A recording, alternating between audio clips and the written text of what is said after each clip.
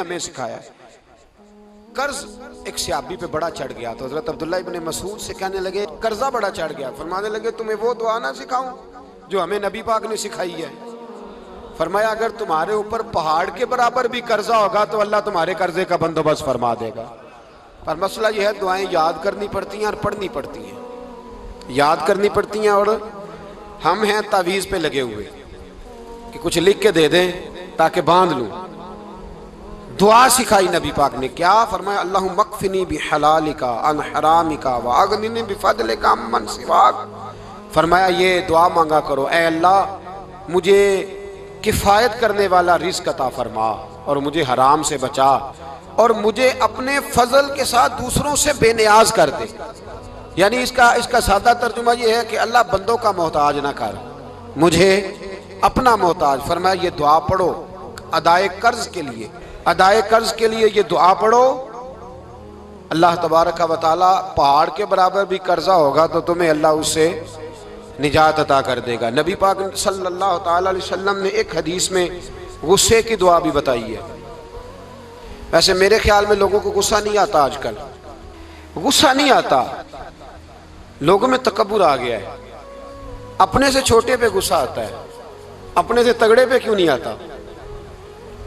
جس آدمی نے گلی پہ خیرات مانگنے والے پہ غصہ کیا ہے وہ ایس ایچ او صاحب پہ کیوں نہیں کرتا؟ غصہ تو غصہ ہے نا، سب پہ ہونا چاہیے، لیکن بڑا سمجھدار غصہ ہے۔ غریب آدمی کو دیکھ کے غصہ آتا ہے، امیر آتا ہے تو غصہ نکل جاتا ہے۔ تو میں تو کہتا ہوں لوگوں کو غصہ، اگر تجھے غصہ آتا ہے تو مار دیوار کے ساتھ ٹکر تیرے غصے کی سمجھ آئے۔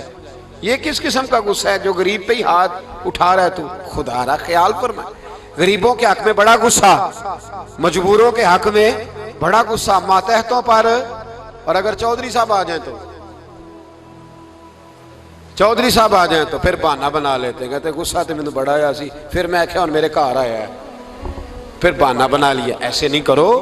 نبی پاک صلی اللہ علیہ وسلم نے دعا سکھائی بخاری میں، فرمایا جب غصہ آئے تو پڑھا کرو اعوذ باللہ من الشیطان، آتی ہے نا دعا ماشاءاللہ، اعوذ باللہ من الشیطان، جب غصہ آئے تو یہ والی دعا پڑھ لیا کرو۔ نبی پاک علیہ السلام نے ارشاد فرمایا کہ جب تمہارے بھائی کو چھینک آئے نا تو چھینک آنے والے کو کہنا چاہیے الحمدللہ۔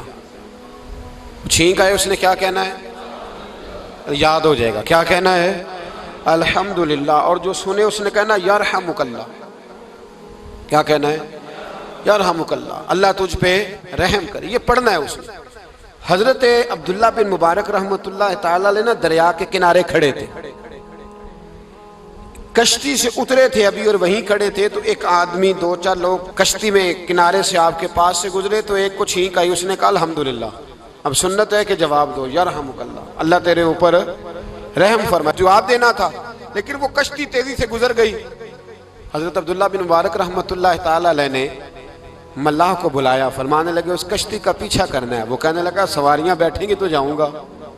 اس زمانے میں جو پوری کشتی کا ایک سائیڈ کا کرایہ تھا وہ 5 دینار تھا۔ فرمانے لگے تو نہ اس طرح کر، اسپیشل مجھے لے جا بٹھا کے۔ کیا لے گا؟ اس نے کہا 20 دینار لوں گا۔ فرمایا 20 ہی دوں گا۔ اس کشتی کا پیچھا کیا اور جس آدمی کو چھینک آئی تھی نا اس سے جا کے یرحمک اللہ کہا، اس نے جواب میں جزاک اللہ کہا، تو آپ فرمانے لگے میرا کام ہو گیا، واپس چلا۔ ملا دنیا دار تھا، وہ سوچنے لگا، پہلے تو اس نے سوچا میرا کیا ہے، 20 دینار تو ان کے گئے ہیں، لیکن جب اترنے لگے نا تو 20 دینار دیے یا 20 درہم دیے، تو وہ کہنے لگا حضرت جی صرف ایک لفظ کہنے کے لیے آپ نے اتنا پیسہ خرچ کر دیا؟ فرمایا لفظ کہنے کے لیے نہیں، اپنے مصطفیٰ کی سنت ادا کرنے کے لیے، اپنے نبی پاک علیہ السلام کی سنت ادا کرنے کے لیے۔ یرحمک اللہ، اللہ تیرے اوپر رحمت کرے۔ کس طرح کا خوبصورت انداز سکھایا ہے۔ دیکھیے ایک حدیث ترمذی شریف میں نبی پاک صلی اللہ علیہ وسلم نے فرمایا کسی بیمار کو دیکھ کے یا کسی مصیبت میں مبتلا آدمی کو دیکھ کے تم یہ دعا پڑھ لو، تمہیں کبھی وہ مصیبت نہیں آئے گی۔ کیسی خوبصورت دعا ہے۔ کسی مصیبت زدہ کو بیمار کو دیکھ کے پڑھو، تمہیں کبھی وہ مصیبت، الحمدللہ الذی عافانی مما ابتلاک بہ وفضلنی علی کثیر ممن خلق تفضیلا۔ اللہ تعالیٰ کا شکر ہے جس نے مجھے اس مصیبت سے عافیت دی اور اس بیچارے کو یا تجھے اللہ نے مبتلا کیا اور اللہ نے مجھے اپنی بہت ساری مخلوق پہ فضیلت دی ہے، یعنی اللہ نے مجھے بڑا اچھا رکھا ہوا ہے یار، میں تو الحمدللہ بڑا اچھا ہوں، دیکھو بیچارہ۔ یعنی یہ دعا بھی ہے اور اپنے اوپر شکر ادا کرنے کا ایک۔ اعلیٰ حضرت فاضل بریلوی رحمت اللہ تعالیٰ علیہ کو نا گلے کے اندر چھوٹی چھوٹی 2 پھنسیاں نکل آئیں، تو اس زمانے میں طاعون کا مرض پھیلا ہوا تھا۔ ایک بڑے قابل حکیم کو لایا گیا، انہوں نے چیک کر کے کہا آپ کو تو طاعون ہو گیا ہے، فرمانے لگے چل دوڑ جا، مجھے طاعون نہیں ہو سکتا۔ اس نے کہا جناب یہ گلے پہ بنا ہوا ہے اور سب کو پتہ ہے آج کل پھیلا ہوا۔ فرمایا سب کو ہو سکتا ہے، مجھے نہیں ہو سکتا۔ کیوں؟ فرمانے لگے ایک بندے کو طاعون ہوا تھا تو میں نے اسے دیکھ کے وہ دعا پڑھ لی تھی جو نبی پاک نے بتائی ہے، لہذا حضور کا فرمان ہے تو مجھے ہر بیماری آ سکتی ہے پر یہ بیماری آ سکتی۔ وہ شخص کہنے لگا جی منہ میں بھی گلٹیاں چلی گئی ہیں، کھول نہیں رہا، کیا ہوگا؟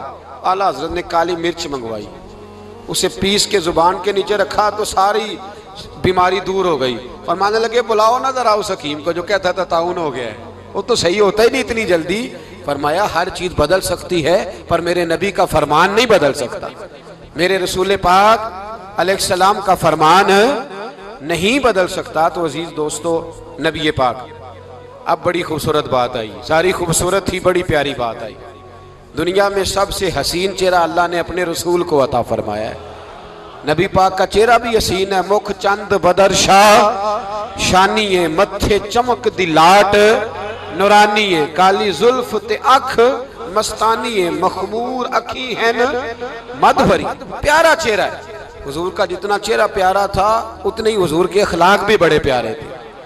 لیکن میرے نبی پاک علیہ السلام جب آئینہ دیکھتے، کیا دیکھتے؟ حضور جب آئینہ دیکھتے، ہمارے نوجوان بھی سارا دن آئینے کے آگے کھڑے رہتے، کبھی بال اس طرح کے بناتے ہیں کبھی اس طرح، تو میرا کئی دفعہ دل کرتا ہے کہ میں ان سے کہوں کہ تو آئینے کو کہہ رہا ہے جھوٹ بول، پر وہ کیسے بولے؟